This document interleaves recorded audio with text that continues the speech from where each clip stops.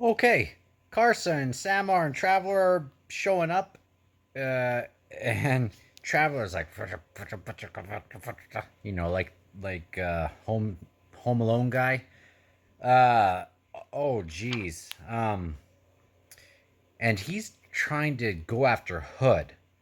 So maybe if he's like, oh crap, if Hood's already dead, I'm not going in Dragnipur to go, like I wonder if he knows this is kind of what he's walking into.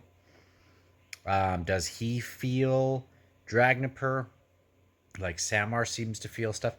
Karsa's going in. Holy crap. Um, that'd be sweet if Karsa goes into Dragnipur. Uh, um, what was I just thinking? The freaking bear dude is here now. Just so cool. All right, I'm just gonna jump in right in the middle of this scene. Actually, it's with Calor. How he is almost like cursed with the same sort of curse that the world has. It just nature itself just renews. Things fall over and come back up, and historians make all these explanations and stuff, but he doesn't have time for any of that. Calor had no such time, such had no time for such games.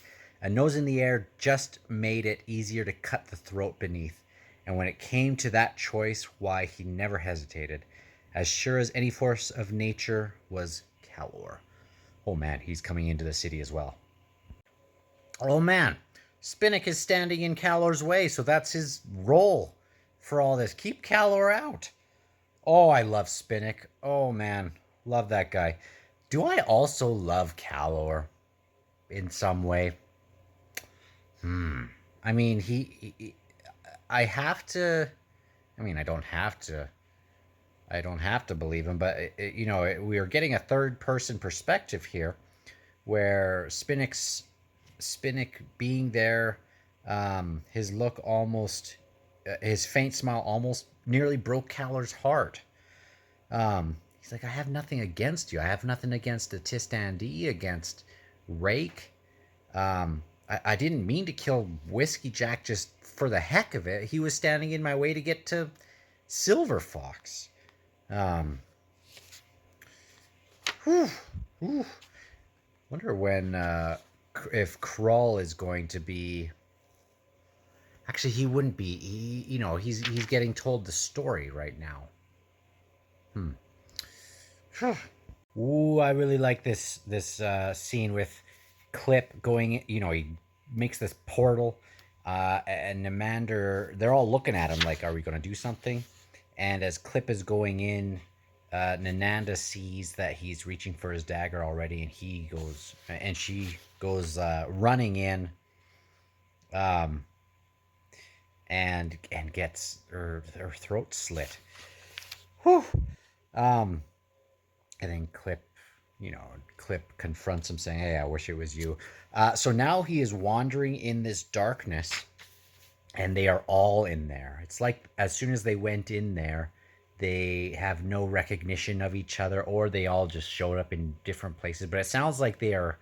It's like this place where there are layers to this, um, and Fayed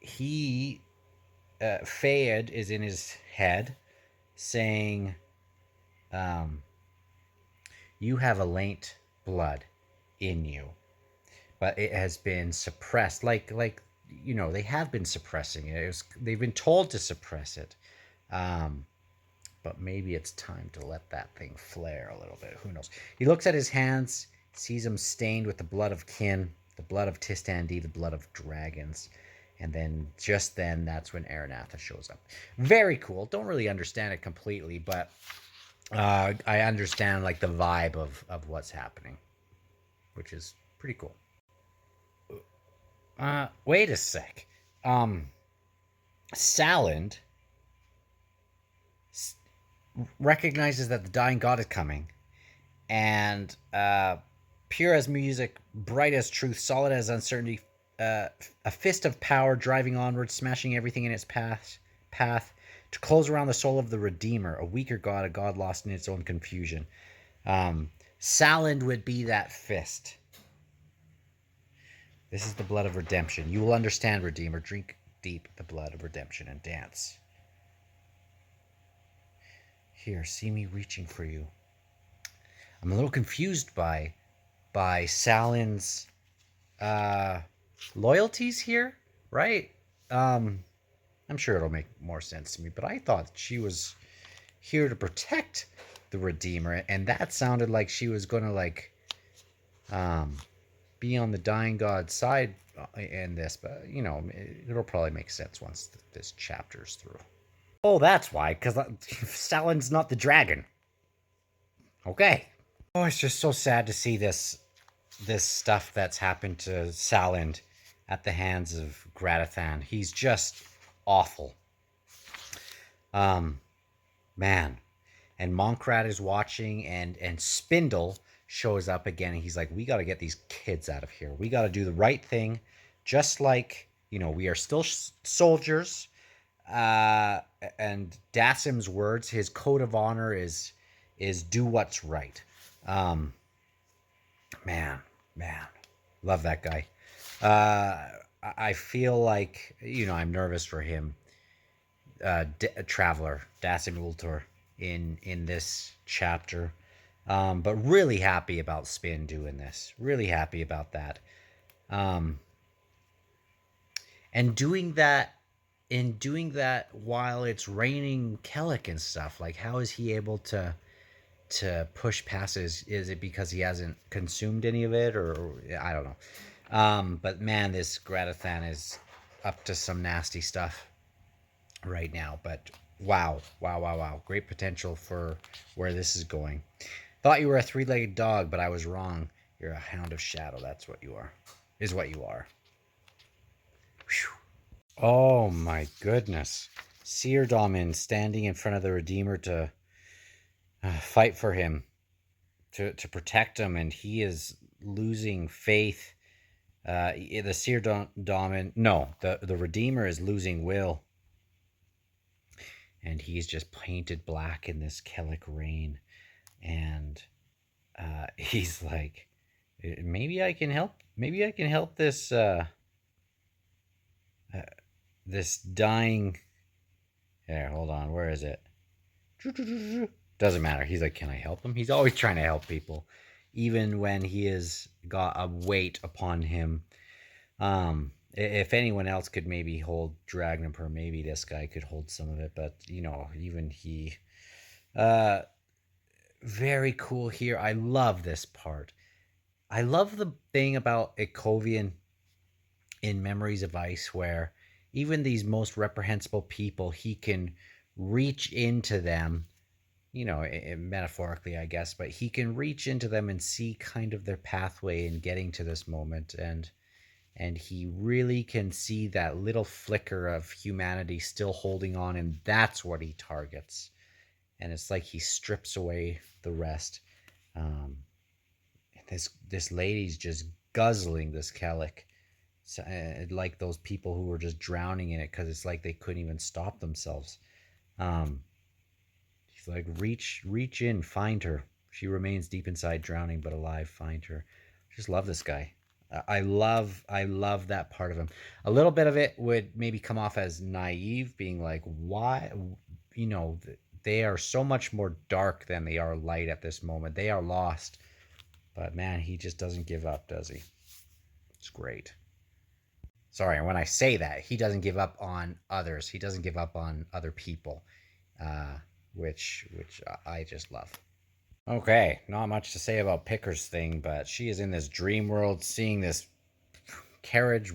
You know, it's weird. It's weird, but whew, yeah. Not sure where she is, or if she is dreaming, or what, but she's had a little bit of a ride for a while. Endist is such a good viewpoint for Animander Rake. Really, we're getting so much as he considers, you know, what Animander Rake is holding, raking in everyone's burdens, so to speak. delivering to them time. Um, he's saying, why must he carry it alone, and why must it be, um, why must he carry all of our burdens? Man, really powerful stuff. And Solana is just, her eyes are fixed on this camp, just waiting to do her thing. Gee. Okay, I'm just trying to ride this wave. Of course the moon shattered. Of course. Um, Traveler's just going into the city. Everyone's kind of leaving from his wake. Karsa's sweating and freaking out, being like, "You gotta." And Samar's got this pressure in her head, and he's saying, "You gotta build these walls, build the walls. Um, if we're able to, gotta make it strong to withstand the one who has arrived." Holy smokes! Is this referring to? Is this, not withstand Traveler? Is this referring to Calor being there? Is this referring to um, Clip finally showing up? Is this? But he's on his way to the other place. Is this some other guy who can blow up moons? Oh, jeez. He's like, I can't imagine such a being. This, uh, um, what's his face? Like, is this Icarium? Do it, but gee. Okay, it might be about Traveler being there. At least this has Chillbase all freaked out. Um, Telling Baruch that I assume that's who he's telling, right? Um, Holy smokes, of all this stuff that's going on, and even the Hounds can sense it. Uh, and Shadow Throne and Cotillion, when they were around Traveler, they were like, he as awesome as Cotillion is, this Dasim Ultor, uh he's the man. He's the man. Who knows? And I still don't really know what he is capable of, other than what we've seen in, um but we've seen a little snippet in another book. But oh man, oh man. Holy smokes! Cotillion just showed up, stood in front of Traveler. I thought Karsa was going to have to do that, but he said that he wasn't going to stand in his way. Karsa's holding Samar back from whatever they're talking about, and man, man, I don't know what he just told him, but Traveler is upset about something, and he's marching in, but it's like he's got a different kind of weight in his step now. Oh, geez. Oh, geez. Well, Hood's in Dragnapur, and he's seeing everyone. In the start, it was really implied that even though everyone's together, they're really alone. Now they are. Now they are all fighting this. This. The sentient and the mindless were now finally all of one mind. That's the best way to put it there.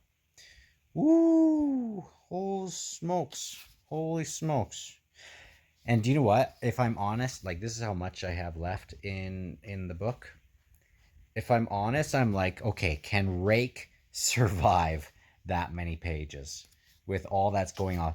Like, I feel like it's possible Traveler's on his way to deal with that, to deal with Rake and maybe take the sword, which I don't like that.